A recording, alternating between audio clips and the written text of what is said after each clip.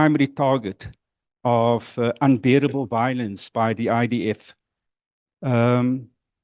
Perhaps pertinently is the fact that we've also witnessed the complete destruction of the education system in Gaza. Most schools have been destroyed and all universities have been destroyed. It's impossible for students who were registered at education institutions last year to continue their education, never mind thinking about the future. It's completely, it doesn't exist. And so we have a special responsibility at universities to draw attention to what we have all begun to call scholasticide, right? The complete destruction of education in Gaza. And of course, we want to draw attention to all the elements of the genocide. But I want to make 2 points before I hand over to Salim in relation to this scholasticide that we're seeing unfolding. It's a complete a disaster that a generation of young people will not be able to complete their formal education. And even if they do return, wherever they will be, somewhere in Gaza, hopefully, other parts of the Palestinian diaspora, we've had students in South Africa who are trying to find places in our education system, and they are encountering hurdles to be able to do that. But I think that it's important for us also to acknowledge that it's quite special for us to be able to convene such a meeting at a university in South Africa. This is not the case in many other parts of the world, where those who run universities have shut down spaces for just discussion, for debate around this, never mind dissent, where people have sought to mobilize in solidarity with Palestinians at universities, students, academics. They've been shut down, they've been expelled, they've been ostracized. So when we gather like this, I think that we need to recognize that this is, it's weirdly, ironically, almost a privilege, right? But it is also an outcome of our own struggles that we've been able to forge these spaces at our universities. Nonetheless, there is another point. Those of us at universities and people who are here who have mobilized solidarity have not received support from the leadership of universities. In fact, there's a deafening silence from the university leaderships, the management, the vice chancellors, the senior executive teams, the councils, and by and large, the senates as well. And I'm hoping that we can use this moment here at Wits, as is the case elsewhere in the country, at UJ, UCT, UWC, and Fort Hare, where at least there has been a very good statement from the leadership of that university. That we also use the opportunity, Adam, to kind of shout out loudly to the university management and say, no more. The silence is irresponsible. The silence is unacceptable. You cannot have a situation where universities have been destroyed, and at this university and universities across the country, the leadership of universities have been silent as if it's not happening, okay?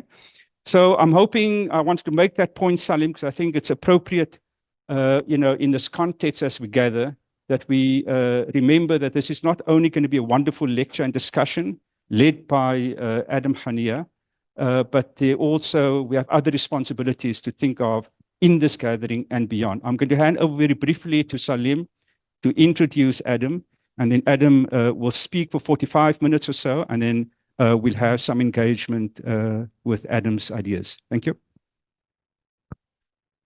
Thanks, Noor, and thanks everyone for coming at really such short notice.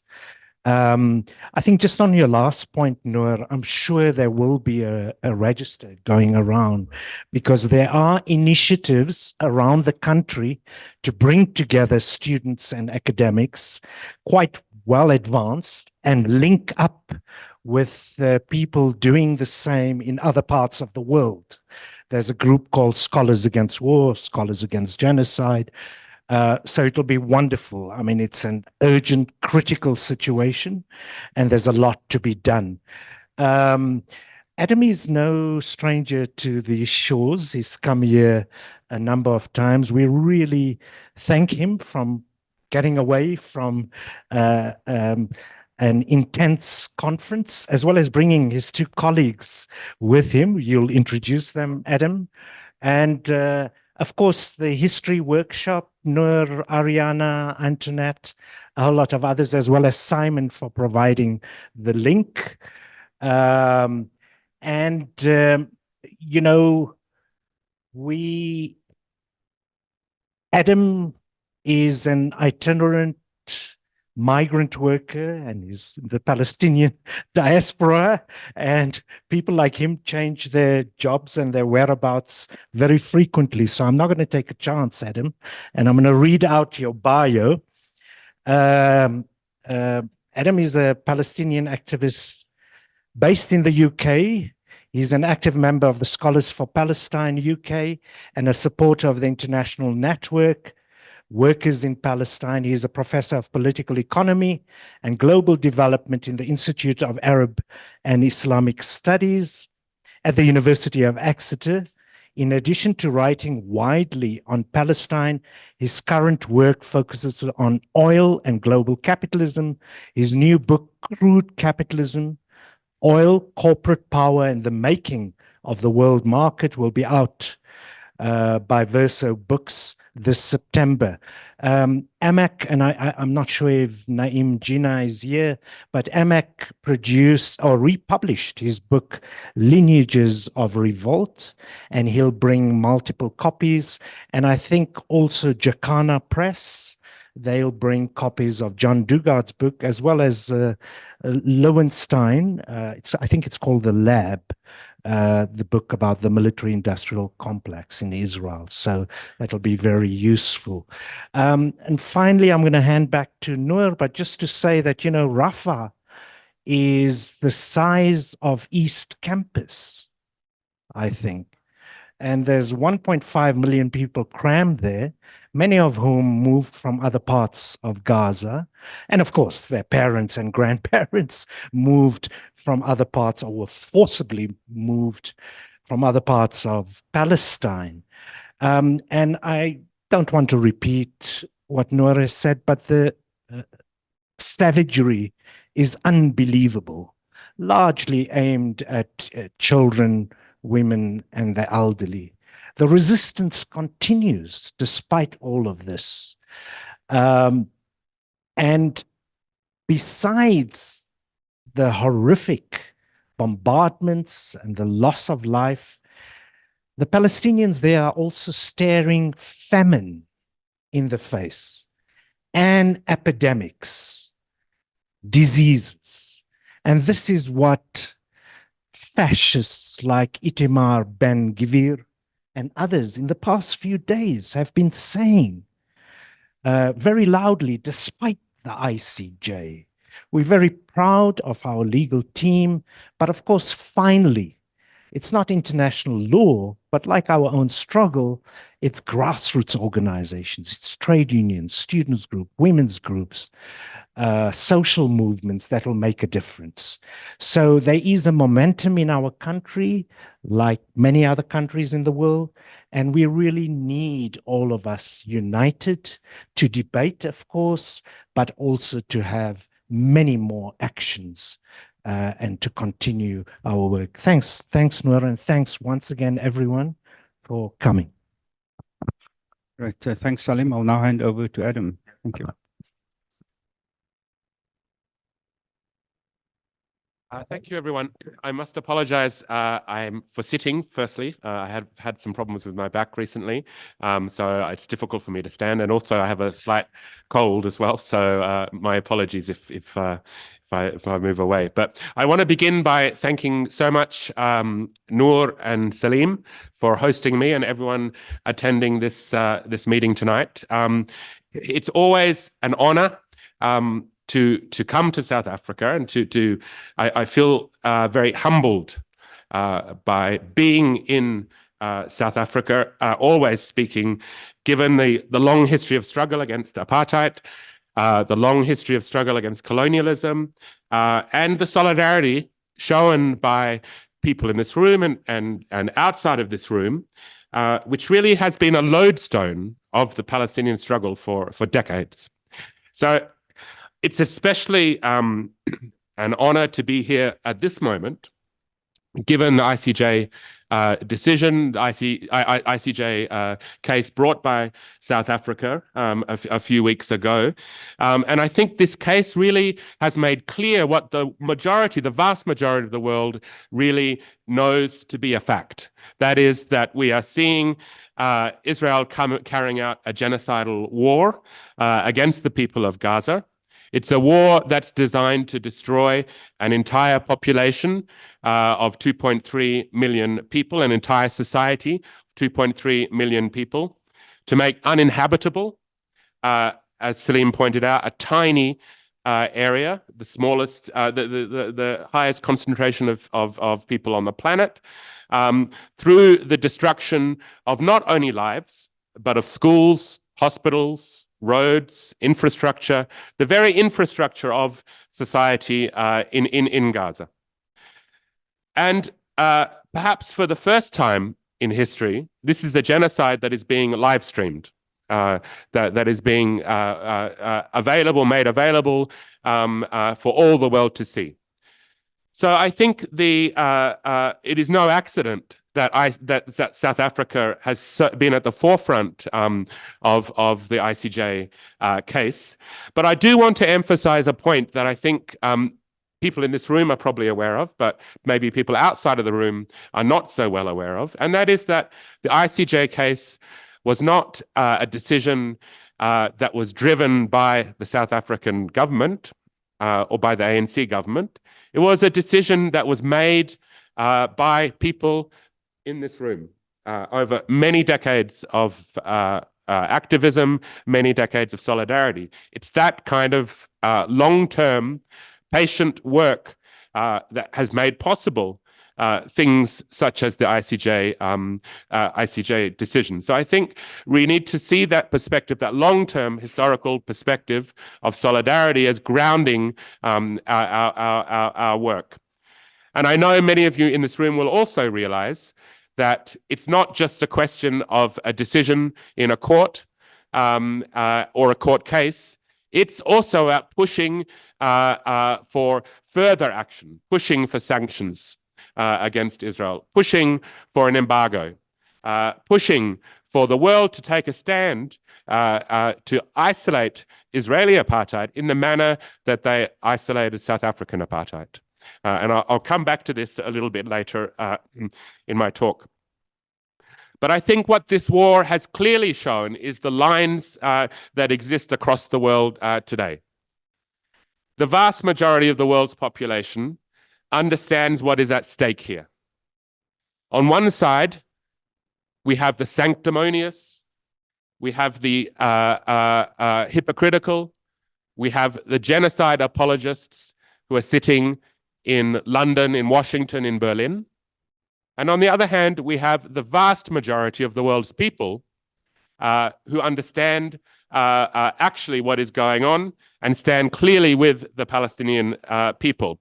I want to really emphasize this point because sometimes it gets lost in the barrage of propaganda that we see on Western media. But we are at a turning point. We see a world where the Israeli state is now equated with genocide in the minds of most people in the world. I remember, and Salim and Noor, I'm sure, will support me here. I remember. If you don't mind pausing for 2 minutes. Sure. Sorry, there are a number of people trying to get in, and I don't want to. Yes, sure. For there to be too much noise while you're speaking. So it's fantastic that so many people have pitched up. But please, can we ask people who are sitting here to maybe just move your chairs a little forward? And even some put your chairs in front here, so I can create some space for people to come through. And Adam, I'm going to propose that we move here. Okay. Simon, if we sit here, is that fine? Yeah. Just to create some distance between yourself and the. Yeah.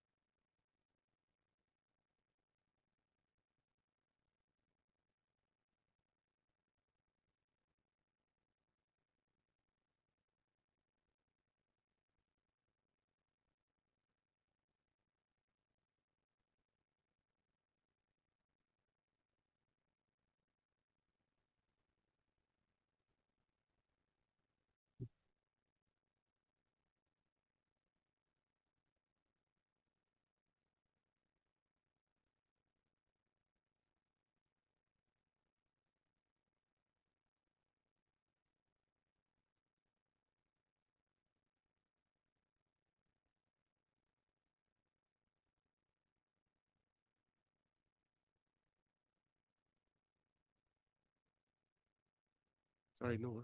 Do you mind if I could get that? Thank you.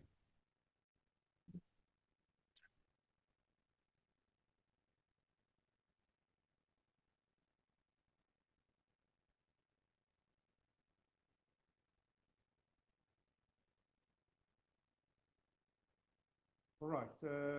I think that we can resume. Thanks. Okay. And apologies. No, no problem at all. Trying to accommodate as many people as possible. Thanks. Thanks so much.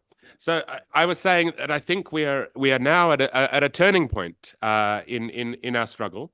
It is, I think, a turning point for a number of reasons. One is that Israel is now seen and thought about in the same sentence as genocide.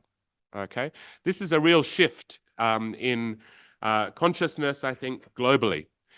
But I was saying that I'm sure Noor and Salim and many others in this room will remember the difficulties we had in talking about Israel as an apartheid state 10, 15 years ago, using that word in the same sentence as Israel. But now it's an accepted fact for the majority of the world's population. Okay, we are seeing a time where millions of people are mobilizing on an almost constant basis globally against Israel in their millions. We are seeing arms factories blockaded around the world. We are seeing dock workers refusing to handle Israeli ships and Israeli goods. And even where some states are discussing the possibility of sanctions. This is really, I think, a historic turning point in our struggle. And I think someday we will come back to this moment and think about it really as the beginning of the end of Israeli settler colonialism and the beginning of the end of Israeli apartheid. So what I wanted to do today is perhaps take a bit of a step back from some of these broader questions. And I want to come back to the current moment and what we should and can be doing now towards the latter part of my talk. But I actually want to discuss more about how we frame the issue of Palestine, how we understand the issue of Palestine. And I want to, I think, push back against three misperceptions that many people have when they talk about Palestine, even people on the left, people who are active and in solidarity with our struggles.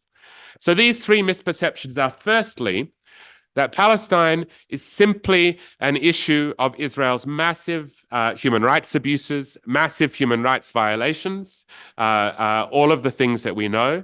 And the killings, the arrests, the deportations, the dispossession, and that Palestine needs to be understood through the lens of human rights and international law. Okay, that's the first kind of misperception I want to tackle. The second is that Palestine can be understood through simply looking at what's going on in historic Palestine, in the West Bank, in Gaza, and inside Israel. In other words, looking at what the different factions, looking at what the Israeli government is doing, who's in power in Israel, what the decisions being made are. Okay, that frame, that scale of understanding Palestine through the territory Palestine of historic Palestine is enough to understand what we see unfolding before us today. And then the third misperception I want to tackle is that the reason Israel gets away with all of these actions, gets away with these enormous violations, is because of an Israel lobby. That it is a lobby group operating in the United States, in Europe, in the UK, and elsewhere that determines the policies of Western governments towards Israel and towards Palestine. Okay, so those are the three misperceptions I want to tackle. Firstly, that Palestine is just simply a question of human rights.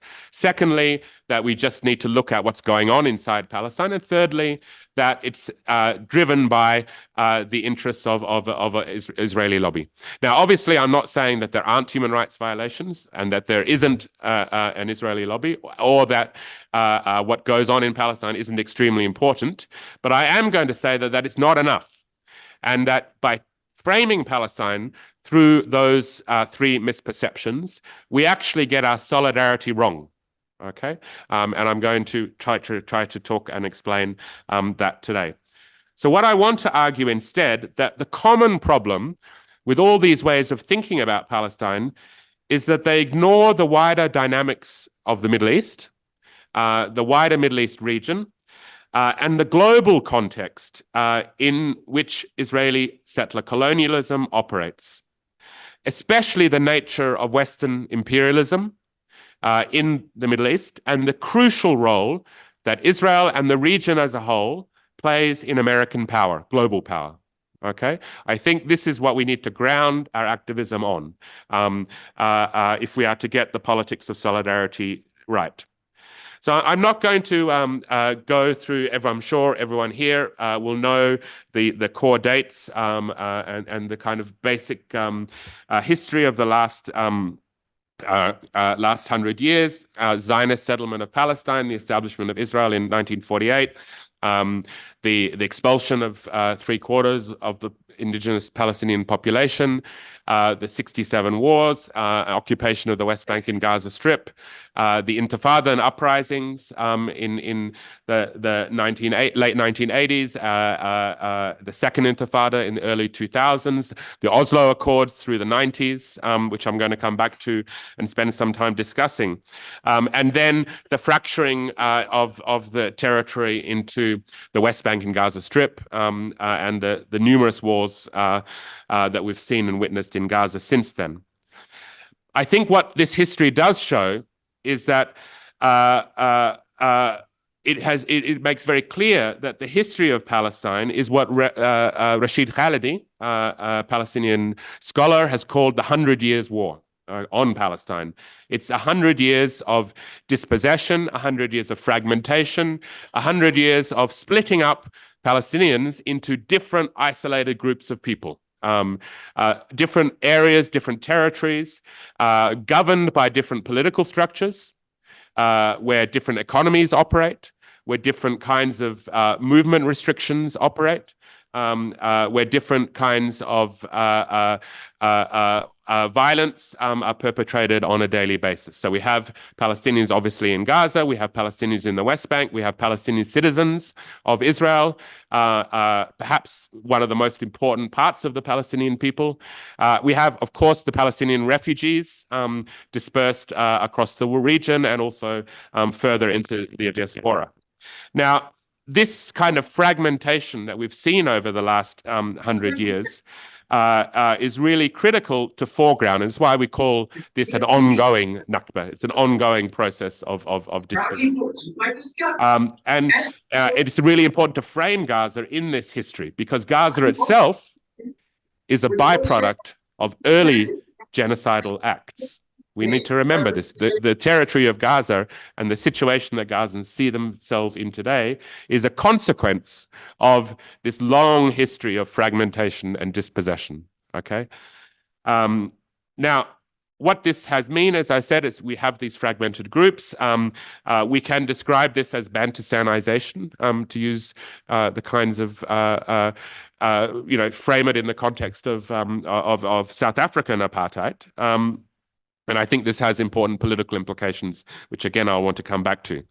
But I want to say that the crucial thing over the decades in which this fragmentation and dispossession has taken place is that Israel has also emerged as the primary American ally in the Middle East region. This wasn't always the case. Prior to 1967, British and French colonialism were the main supporters, if you like, of the Israeli state. After 1967, when Israel proved its worth in the destruction of the Arab nationalists and radical movements in Egypt and elsewhere in the region, the American support moved fully behind the Israeli state through the 1960s, 1970s, and obviously all the way through to today.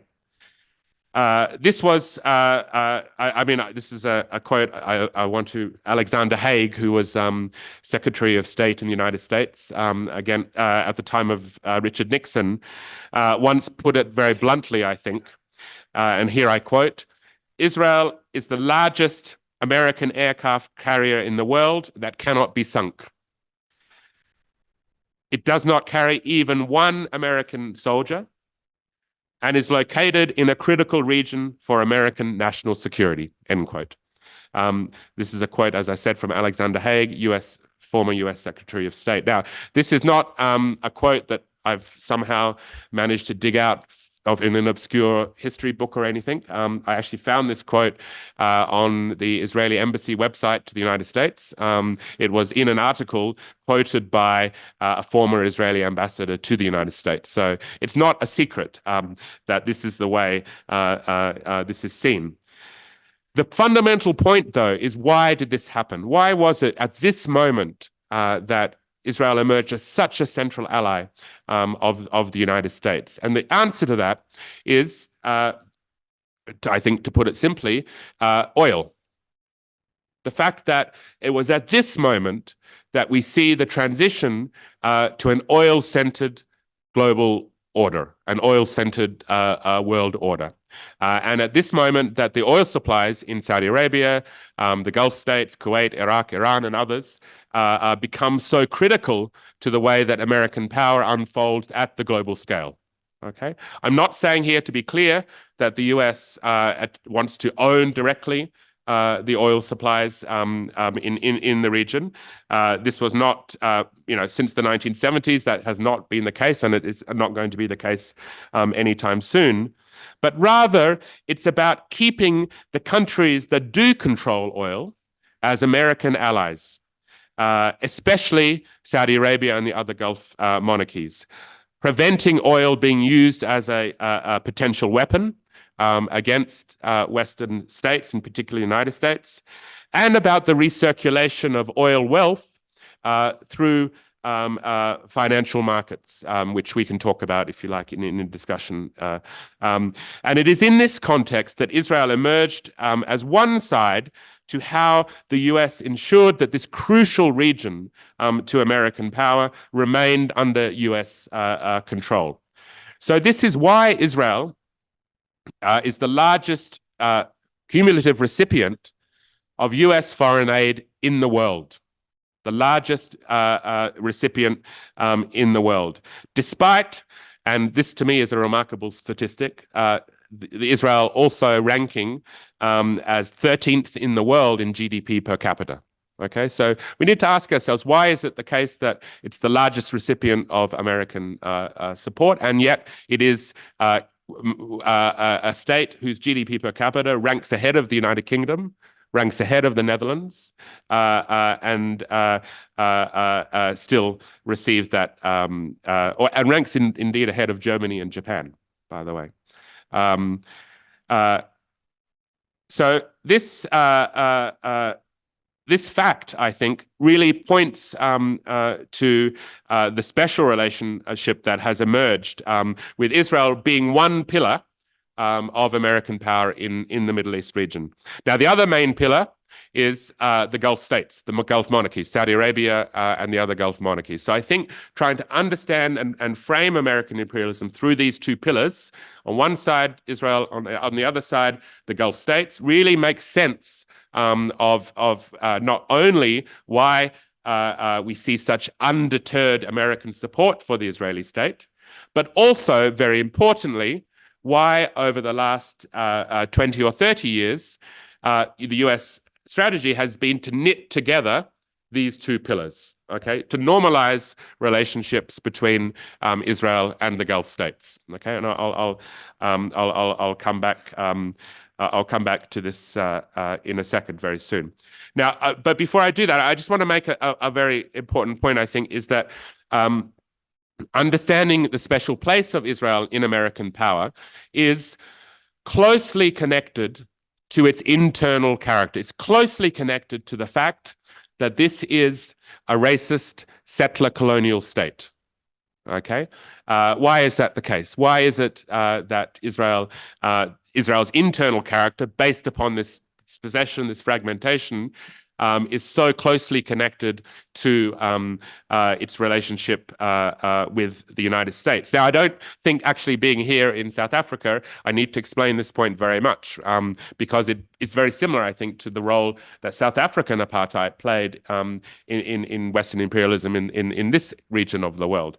But it's because of the racist settler and settler colonial character that Israel differs from other states in the region, differs from Jordan and Egypt and other states that have also been long-standing American allies.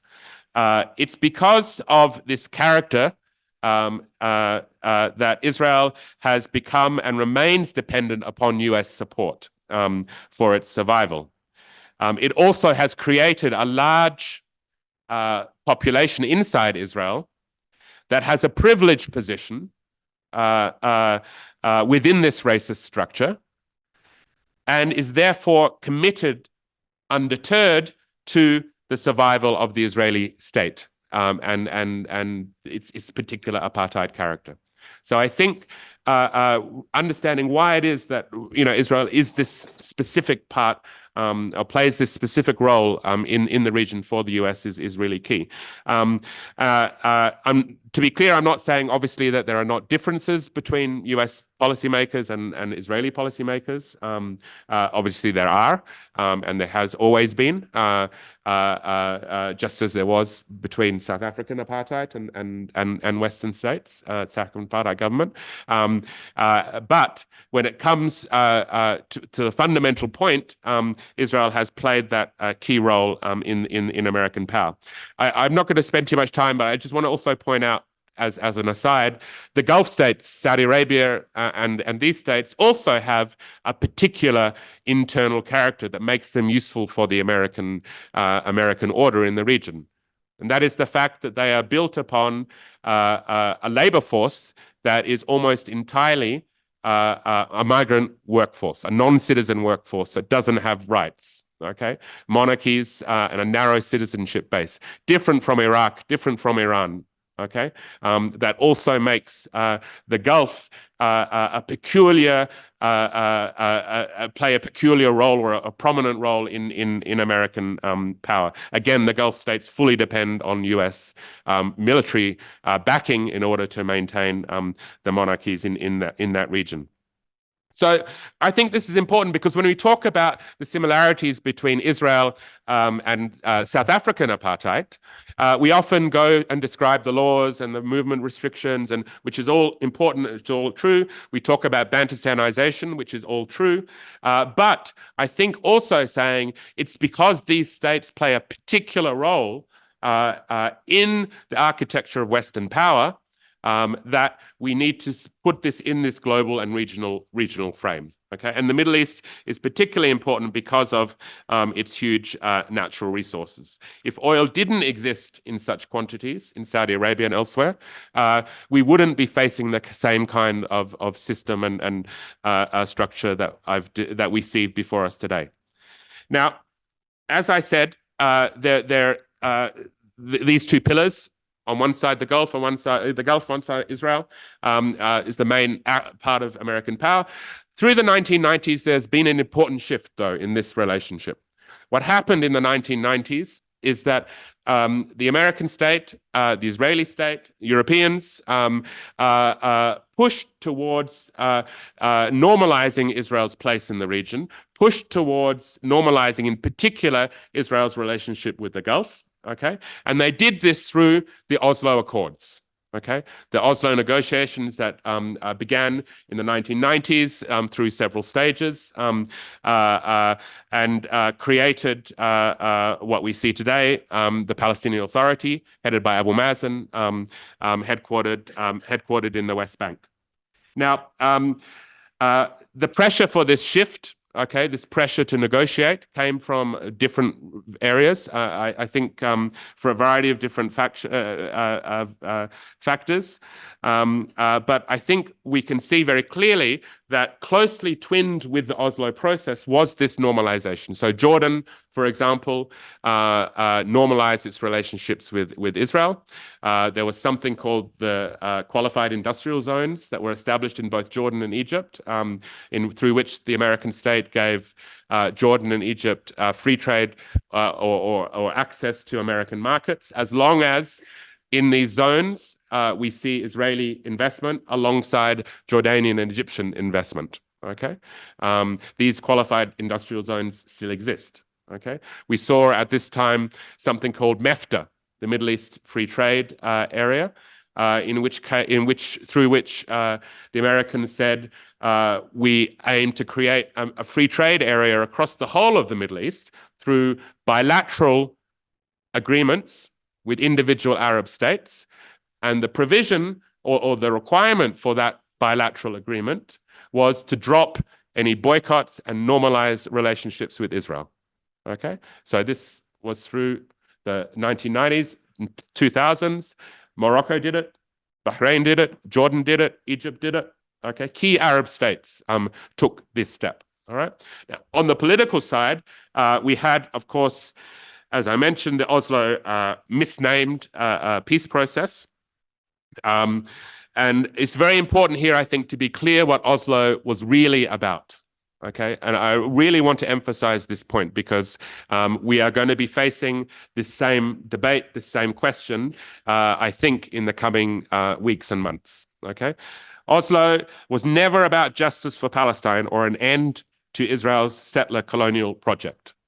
Okay, rather, it was about strengthening that settler colonial project. It was about further fragmentation of the Palestinian population. Okay, this is why Gaza exists in the way it does today. It's why the West Bank exists in the way it does today. It's why when we talk about two states, we don't talk about Palestinian refugees. We don't talk about Palestinian citizens of Israel. We talk about simply slithers of land and not even the whole territory in the West Bank and Gaza. It has narrowed the vision of the Palestinian struggle, the Oslo process. Now, the key prerequisite for Oslo was a Palestinian leadership that would give the green light to Israel's normalization. And that's precisely what the Palestinian Authority, headquartered in the West Bank, represents. And I've gone through the process of that. Now, of course, the Oslo, there's a lot can be said about Oslo. We know that the Palestinian people have realized this fact of the character of these negotiations, have come to oppose to a very large degree the Palestinian Authority, and have come to question this kind of 20-year or so project. But what it has also meant is that this normalization has accelerated and continued to drive through the 2000s, culminating in, of course, the Abraham Accords. Okay, the normalization of the agreement signed between Israel and Bahrain and the United Arab Emirates in 2020. Now, the one country, the most important country that stands outside, at least on paper, these Abraham Accords is, of course, Saudi Arabia. Okay, but we shouldn't be in any way under the illusion that Bahrain in particular, but also the United Arab Emirates, would have signed these accords if they weren't given the green light from their large Saudi neighbors. Okay, Saudi Arabia for certain gave its blessing to these accords. So I wanted to spend that time on Oslo and on this normalization because I really think it's important to reassert this basic historical fact that Israeli strategy in Palestine, in the wider region, has always been based always been based on the periodic use of both extreme violence, such as what we're seeing today, and the illusion of a peaceful, negotiated two-state solution. Okay, these two tracks work in tandem, and they have historically over the last 70 years, 70 or more years. These two poles are part of the same process, and they reinforce one another. And they actually serve to reinforce the fragmentation and dispossession of Palestine that I outlined at the beginning. So I want to put that forward because, of course, at this moment, the most important thing we must do is be calling and supporting and bringing about an immediate ceasefire.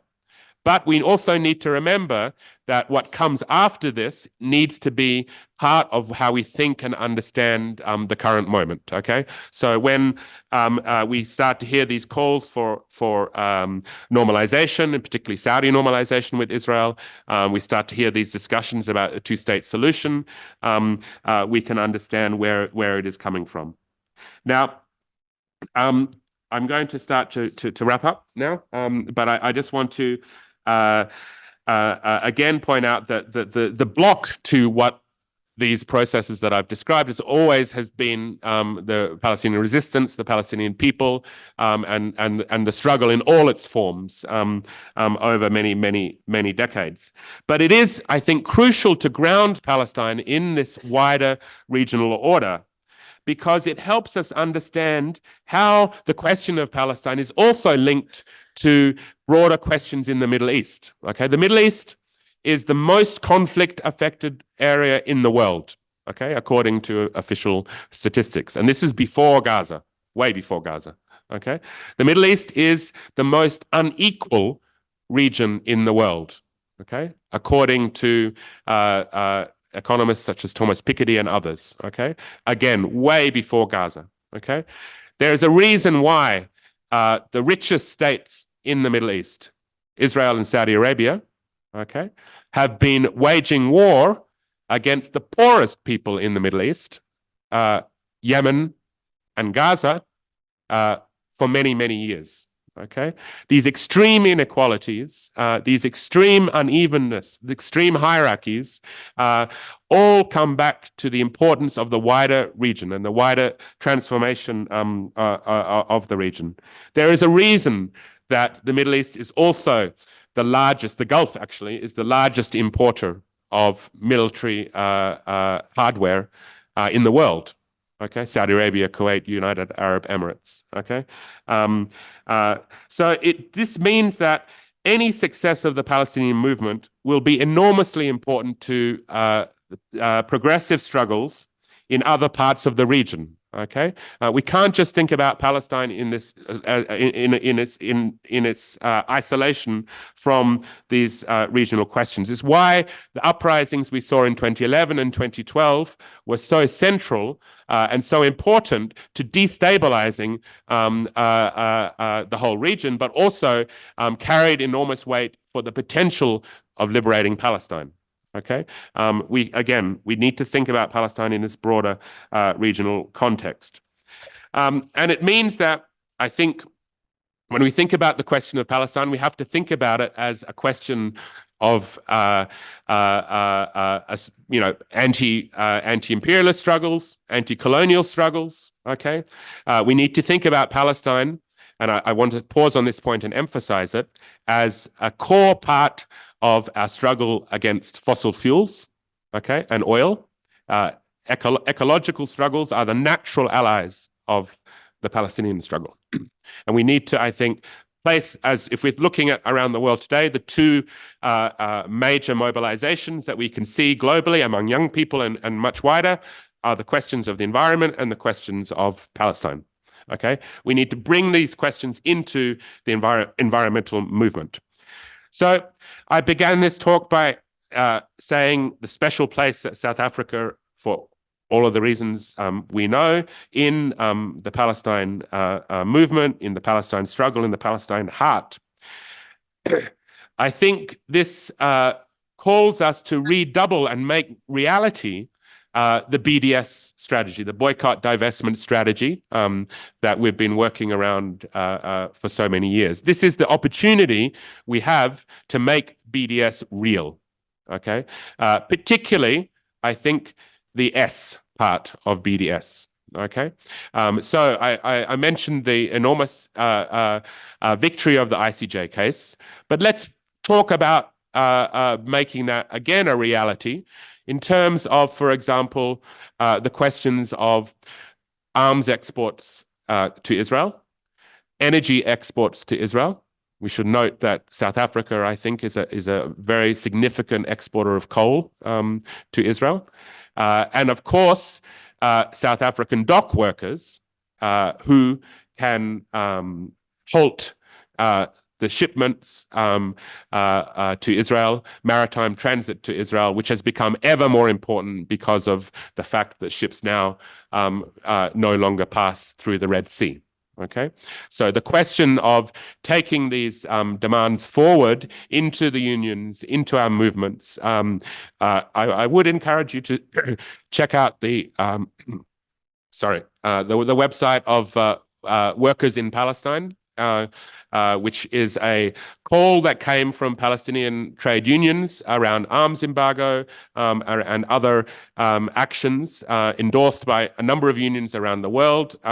In the UK, we've seen actions by over 1,000 activists blocking factories, for example, arms factories in the UK. These kinds of things, I think, we need to really push forward. I would also say South Africa has a very important role because of Israeli Apartheid Week, the week of activities that has been going now for many decades on campuses, where the idea of Israel as an apartheid state, I think, was really pushed forward and built among the consciousness of so many activists. So I think emphasizing Israeli Apartheid Week, precisely because our spaces in many universities have become so difficult to navigate. Here in South Africa, I think re-emphasizing IAW is a major goal. So I'll end it there, but I do want to come back to the point that I made at the very beginning, that this is a historic turning point, but we need to make sure that what we gain at this moment becomes permanent and carries forward until we have victory. Thank you.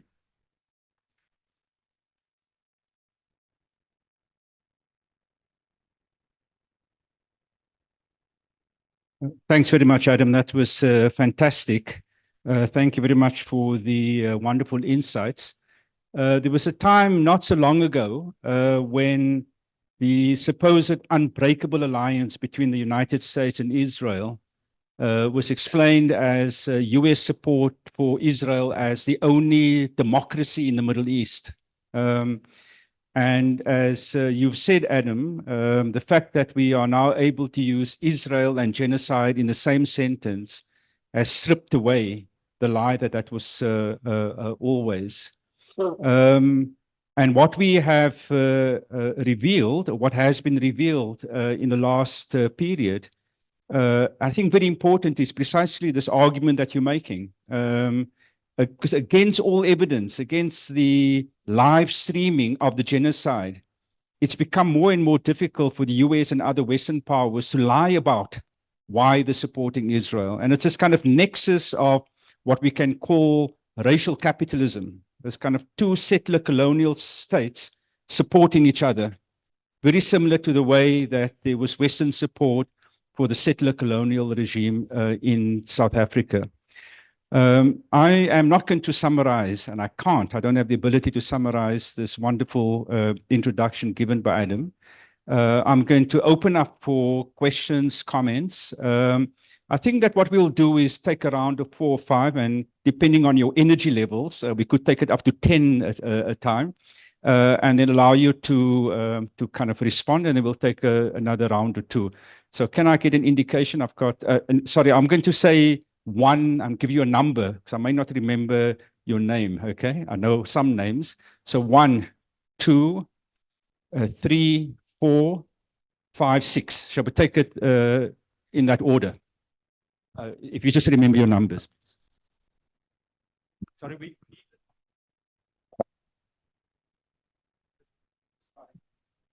where must I give it to?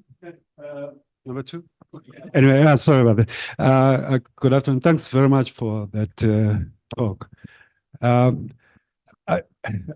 don't know. I wanted to frame the question in a way that is not seen as negative, but let me jump straight into it. It's a question around the state and the coherence of the Palestinian liberation movement as you lead us in this historic fight. I think it's reflected in the uncertainty around the two-state solution. Is it viable? The one-state solution, what will it look like? How achievable? And I don't want to say South Africa was coherent during its national liberation phase. I mean, but the anti-apartheid struggle did unite the world around a sort of basic set of demands. And also, I think the character of what it was saying at that period in its history. Now, it's not that I'm being critical about, because I do understand the rocky road. Whereas prior, many of us were standing with the Palestinian, with the PLO. We're not that clear right now. What we are waiting for is the lead from the Palestinians. But I just wondered if you could reflect on that. Is it something that we need to? And then if it is so, what sort of support in terms of political debate around anti-imperialism would we be engaging in? Because I think we have that responsibility to do.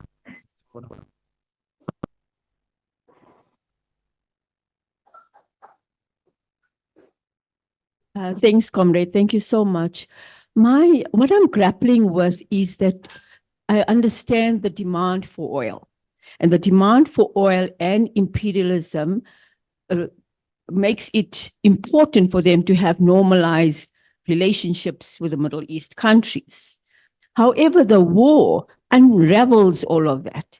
The war unravels the need to have these normal relationships. It strengthens BDS, it strengthens the resistance movement. The narrative of peace and democracy gets exposed. The contradictions between the fascism of Israel and the Western countries, especially US, gets exposed. So for me, there's a real contradiction between these two: the demand for oil, imperialism needs, the need to have normalization, and then the war. So I'd like if you could just spend a little bit of time on that. Thanks. So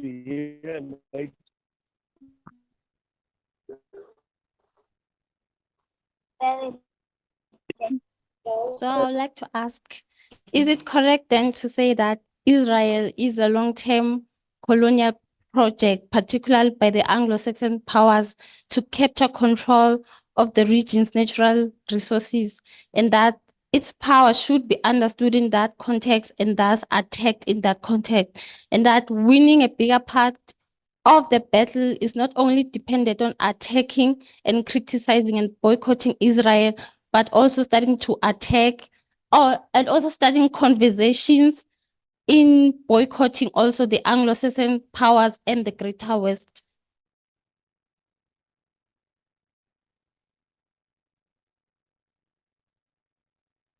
I can appreciate that you said that we're at a turning point. And I recently heard that there was a ruling in the UK courts in favor of a sociology professor from Bristol, where he was terminated because of his views on Palestine, pro-Palestinian views.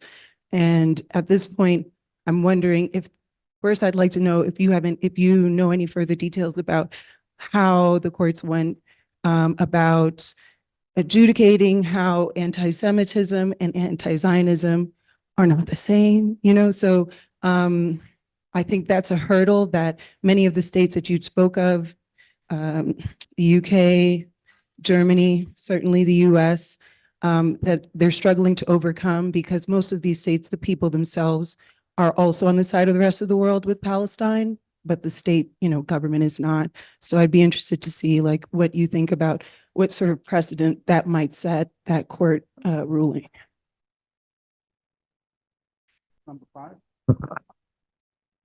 5 and 6.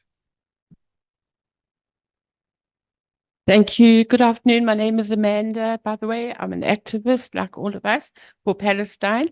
Thank you very much, Professor Adam.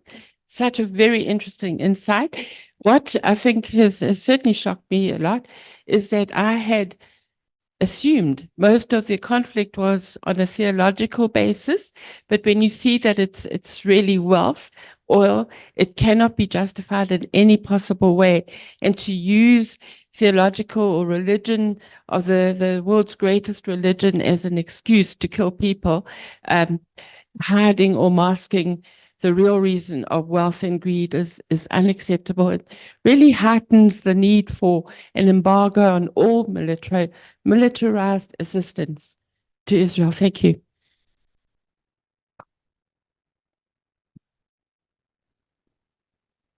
Thank you so much. I just wanted to ask on a practical level, we hear every day here, the people from the United Nations and now from the European Union and every sector in sort of Europe and the States and everywhere, emphasizing the two-state solution. And even if you just think about it from a practical point of view, that it just is not going to work, just in sort of how the outline of the area and the region and everything. So I'm struggling to understand, why is this now this constant emphasis on that? Is it really to just destabilize everything, especially what you've highlighted today in your talk? Because I would imagine that a lot of these individuals, people like the Secretary General, etc., that surely they are aware of all this context and all this, everything that you've spoken about. So why is this such a strong emphasis on it when it doesn't seem to ever have any hope or that it will ever work? And is there a light at the end of the tunnel? Thank you. Okay. Thank you. Really wonderful set of questions.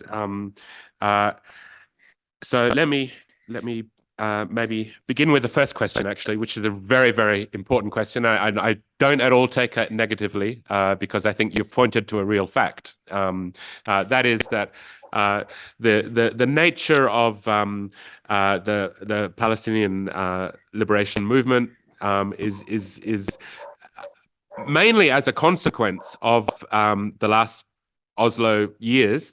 Okay, since the 1990s, this process of fragmentation that I described, because what it meant is that the Palestinian Authority that was established under Oslo, its survival depends upon two sources of funding, basically.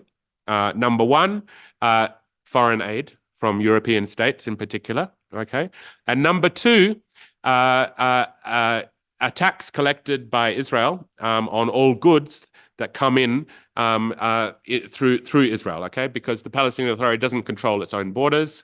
The goods that come in there come through Israel. Israel takes the tax from that and then is supposed to remit that tax to the PA, okay? Now, obviously, these two core sources of funding give immense political power to both Israel and Western states over the nature of the PA, okay? So it means that the PA is not an independent political entity, okay? It's not like the PLO in that sense, okay? We're made up of different political factions and trying to chart out a struggle. So I would say that the reality that you so eloquently described is a direct consequence of this fragmentation into different Bantustans, if we want to use that term, under different political authorities, where ultimately the control isn't in Palestine, okay? And it means that the questions that have always been at the center of the Palestinian struggle, question of refugees, okay? And Gaza is a question of refugees Okay, we need to remember the vast majority, 80% or so of the Gazan population are refugees descended from 1948. Okay, made refugees now. Again, many of them. The question of the right of return of Palestinian refugees. Okay, the question of Palestinian citizens of Israel that live as second-class citizens, okay, in an apartheid state, okay, need to be put front and center, but they've, because of Oslo, have been dropped off, okay, as the key thing. And the question has become instead negotiations around West Bank and Gaza and territory in these areas. So what do we do given this reality? I would say that there are important notes of hope, okay? And I do think one of the things that this moment will do is help to reforge new discussions, new leaderships, new movements among Palestinians and also within the solidarity movement as well, okay?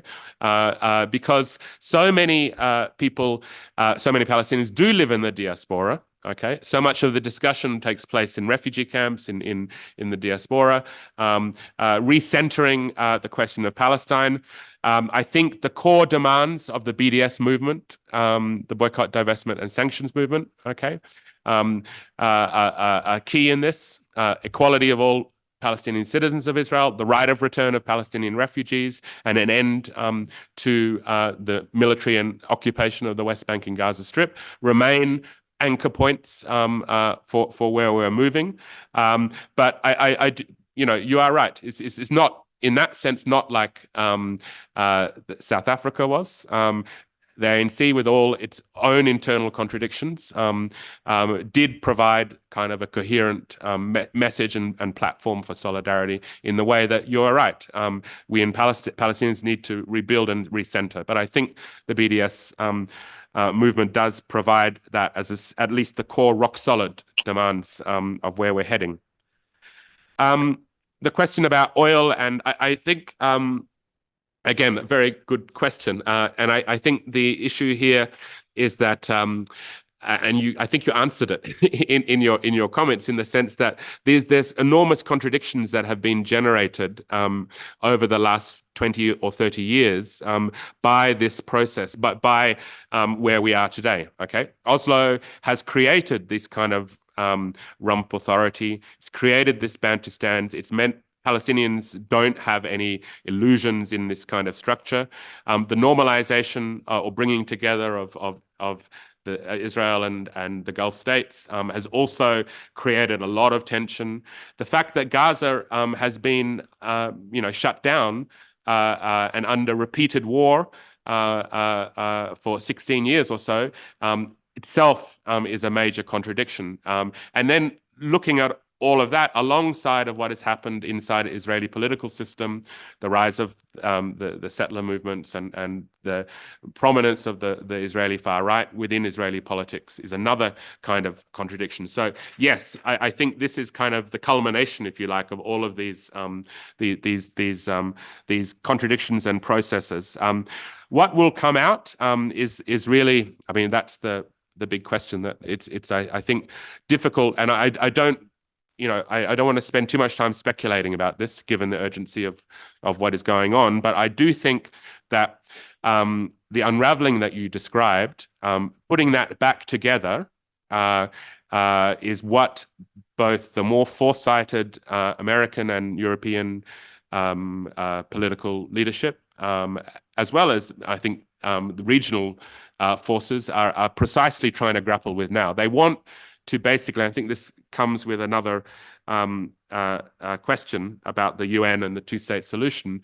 They want basically to have a new Bantustan solution. Okay. Now the question is, who is going to administer that? But the fact that we see almost daily these negotiations going on between the Americans, Israel, Qatar, Egypt, in different Arab capitals. Saudi Arabia is part of these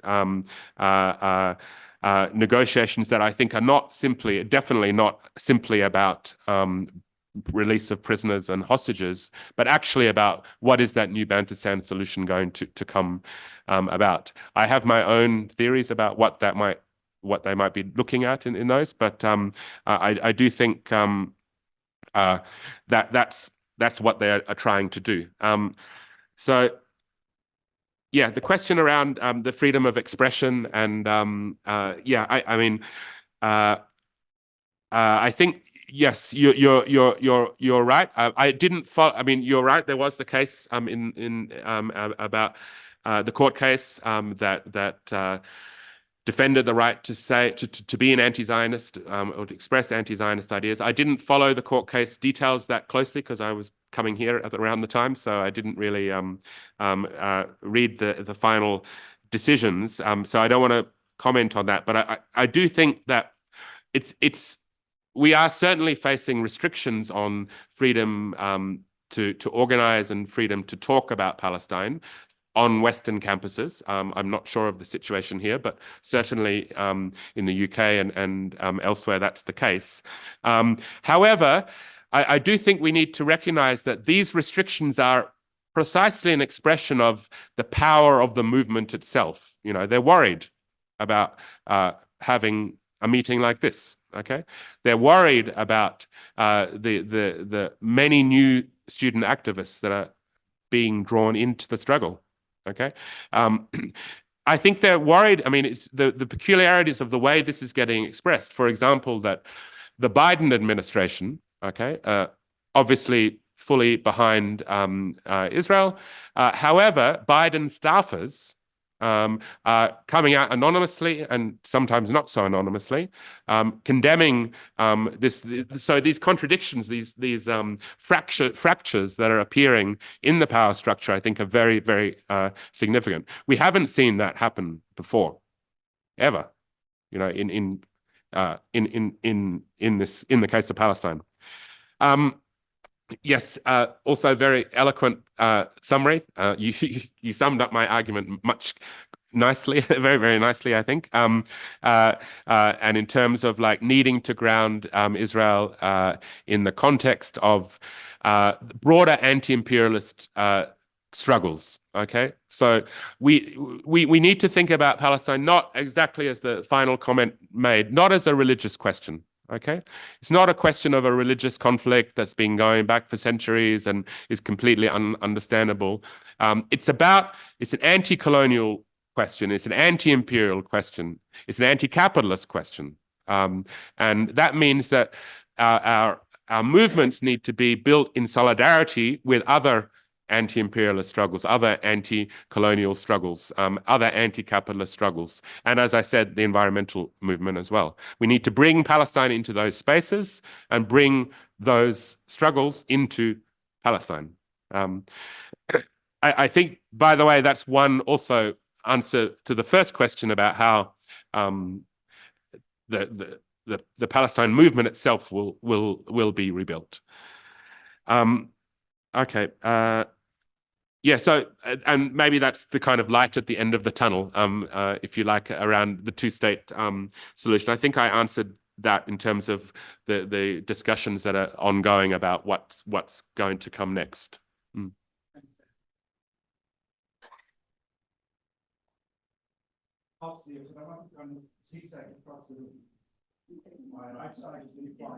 Oh, sorry, I didn't answer. Oh, no, I did. Yeah, sorry. Yeah. 2, 3, Hanieh 4. Okay. So 1, 2, 3, 4, 5, 6, 7. Sorry. That's all right.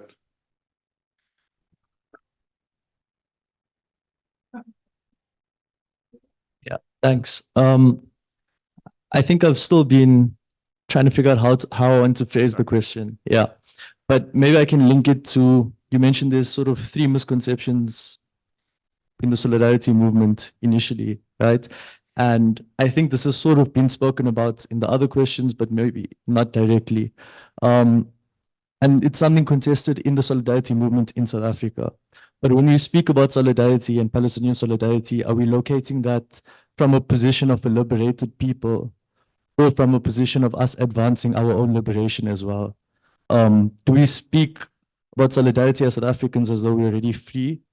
And is this the blueprint we're then using for Palestine? Because I think that narrative has been contested and debated. I think also when we talk about liberation and the narrative put forward, we saw not too long ago the so-called born frees through the Flawless movement reject this idea of the rainbow nation or the post-94 democratic South Africa. So and also sort of when we're talking about the anti-colonial struggle, we're identifying the West, but how do we identify that also internally? We know where power lies in South Africa. We know that land still lies in the powers of the colonial empire, whatever we want to call it. So how do we locate that, debate that, contest that in the solidarity space without it then demobilizing us? Because we've got our own internal contestations. We can go back to the Freedom Charter, we can go back to CODISA, we can have these debates that we're constantly having. But yeah, I think my question is basically, how do we deal with that without demobilizing ourselves?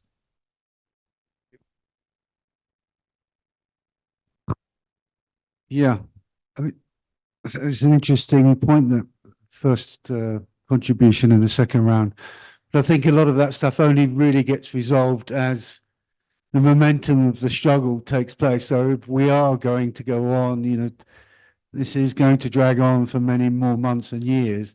The fight for the anti-imperialist fight, the anti-capitalist fight, the fight for sanctions, I think those things get resolved in struggle. But I thought, Adam, it was really fascinating the way you brought together the ecological, the climate fight and the Palestinian solidarity thing, because I think if we look at the present period with through an ecological lens, we could say similar things about the Ukraine, Russia war, you know, around gas, and you know, obviously we now know about the gas fields that are emerging in the Middle East, and particularly offshore Gaza. But also through an ecological lens about the foundation and the borders of those two states, and so on, and how, you know, from the river to the sea, you know, it's an ecological framed slogan in many ways, because those rivers and so on were taken. Now, just to be concrete and end on that,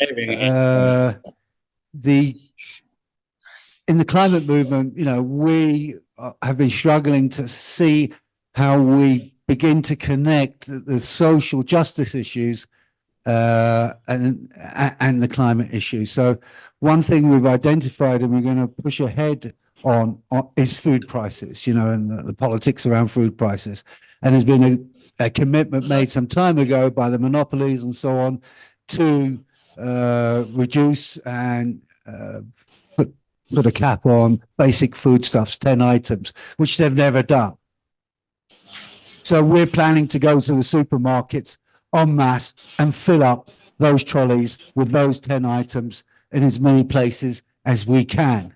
I think we can do, you know, in the same time, in the same day, in the same moment, go with the Palestinian solidarity movement and actually join forces and fill up those trolleys with Israeli products and so on, because I think it's the ideal time now, particularly in South Africa, where we've got a government that's made the case for genocide and helped us in many ways, but where at every other level the cooperation remains very meaningful and you know, fruitful and productive or whatever for both states. And we're going to drive that through.